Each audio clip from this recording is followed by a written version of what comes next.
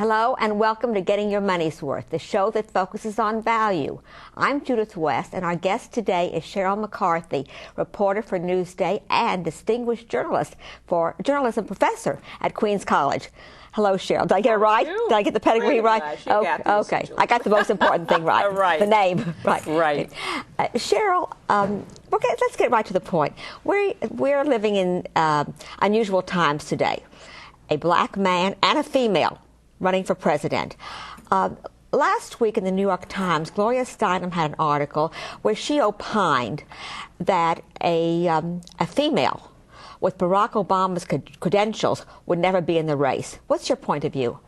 Well, she might have gotten in the race, but she probably wouldn't have gotten very far. Certainly not as far as he has, because as we all know, there's a real double standard, for men and for women.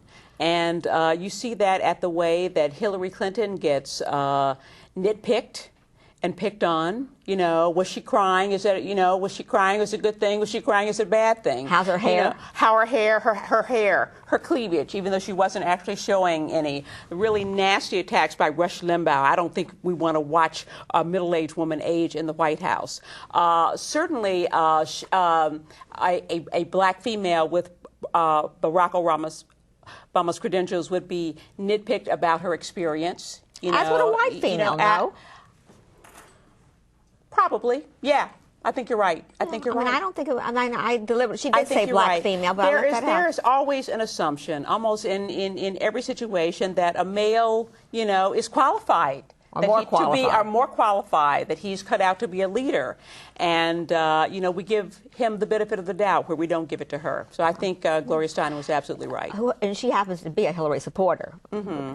While we're on this topic about double standards and equality, there's a lot of research that's been done lately on the marriage gap, particularly the marriage gap in black females, low-income females. Mm-hmm. And there is a hypothesis that somehow equality or female independence has fed into that.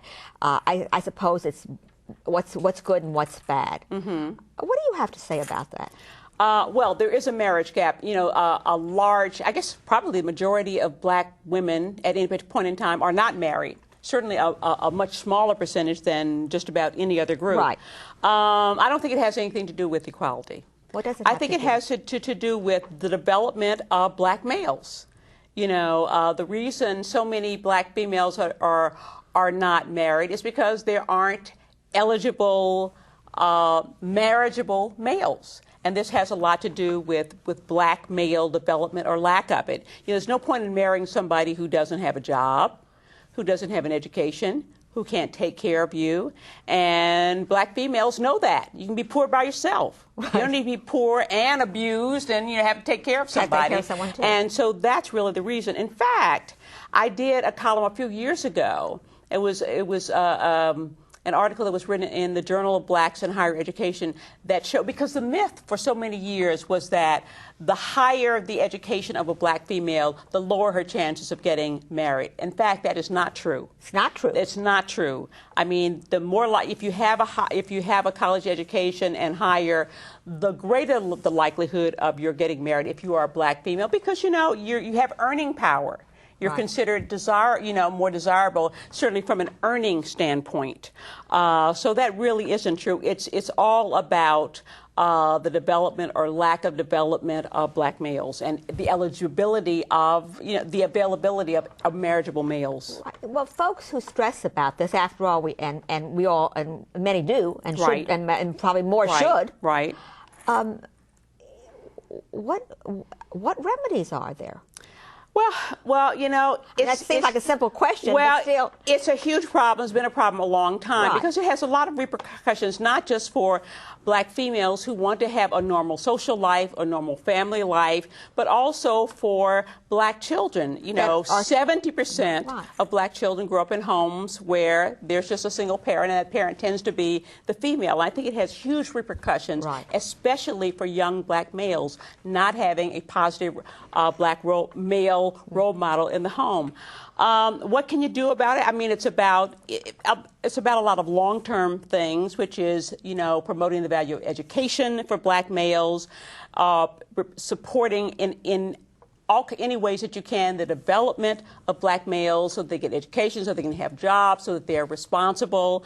You know, I mean, beyond that, I mean, I would encourage, you know, black women to look for partners not just within their race. I mean, that has been unpopular for many, many years. But, I mean, if you can't find a partner within your race, be open to partners outside of your race. That's the way a lot of groups have gotten ahead. And which goes back to your question about the more educated and the higher the earning power, the more desirable a black female might be to a man outside the race. But you bring up a point about education, which has long been a passion of mine. And I believe you were a former education editor or reporter. For the New York Daily News, right. Yeah. I don't know what role the schools can play in this.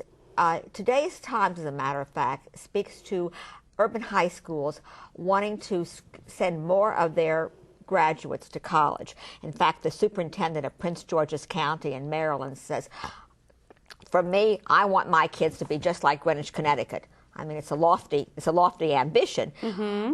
I might say that whether some of these superintendents get their kids ready for high school, let alone college. But still, what is there a role the schools can play in turning some of these statistics around? Well, what statistics are you talking about? Well, the ones, for example, where really black urban youth, minority urban youth, they really don't have a very positive role model. They don't have an experience of what it's like to be a father. Mm-hmm. Is there something or what it's like to be a responsible adult? Right. Certainly there's a role that schools can play. And Prince George's County, I believe, is a county that has a very large percentage of middle-class blacks. Exactly. And so why shouldn't it be in Greenwich, Connecticut, you know, for black people, you know, because middle-class black people go to college. Well, you do see, and I was looking at the figures just before I came over here, the college-going rate for African-American young people has been growing. I mean, I think it was in 2005, it was like over 2 million. And the prediction was that by 2016, it's going to be close to 3 million. So you have more and more black young people who are going to college now. What you do see, unfortunately, is this dichotomy, you know, more and more, a large majority of the blacks in college tend to be female.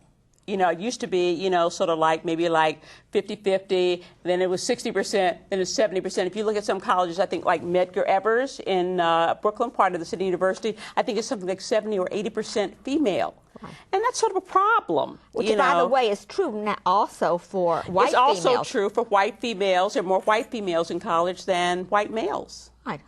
So what have we women done? Have we killed the patient with a cure? I don't think we've done anything bad. I think we have just, you know, done things to improve ourselves. It's men's job to catch up and do as well. It's not our fault if they're not going to college. I don't think we should blame ourselves by any stretch of the imagination. The more empowered we are, the more education we have, the better off we are. We don't have to stay in bad marriages and with husbands who don't love us. We can earn our own money. You know, recently I was a panelist on a radio show, and the theory then was that, you know, kids are suffering. Kids they're not as well behaved as they used to be. They don't achieve as much. They're ruder, they're rowdier, and one of the key reasons that panel believed it happened is because mom's not in the house. Mom is out making money. Mom is out at college. Mom is out making a better life for herself. It really makes it kind of a catch-22 for women. Well, you know, people if you want to buy into that, tell you that. I don't buy into that. Right. I don't think that's the reason. And if the kids are not getting enough parental control, I mean, that's certainly as much the husband's, the father's responsibility as it is the mother's. I think, you know, most research has shown that children benefit from having mothers who have high self-esteem, who go out and do something that is valued enough to have people pay you for it. Right. And that often women who sit at home are undervalued by their children and run over by their children. So I don't believe that for a second. And the reality is that no matter how hard after all, even Sandra Day O'Connor, she said on her day off, she cleaned the bathroom. Right, exactly. No matter what they're doing. Exactly. Yeah. We have a few minutes left. Tell me, is there a glass ceiling for journalists? You mean for women journalists? For female journalists, yeah. There can be.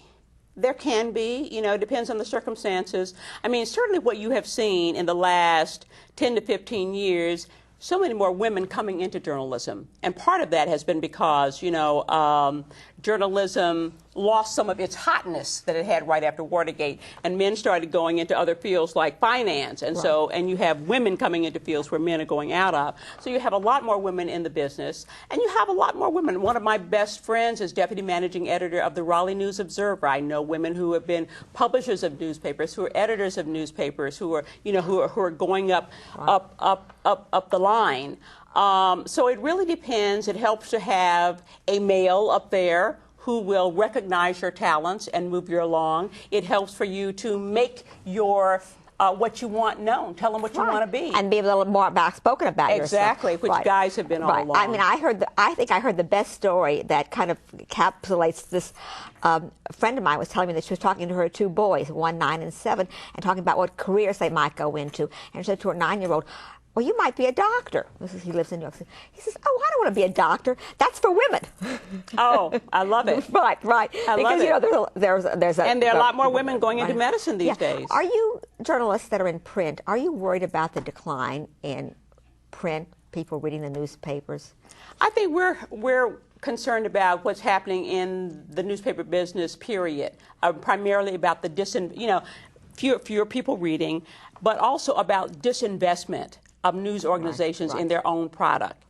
Cutting staff, cutting resources, cutting department, cutting pages, undermining the quality because they think that the world is online and they're not quite sure how to make money online. They don't know what to do with it. But they think that that's where it is. But print is really, really important because print is what does the really serious, investigative, muckraking kind of journalism, and you hate to see that going by the by. And also, we still like to believe, despite some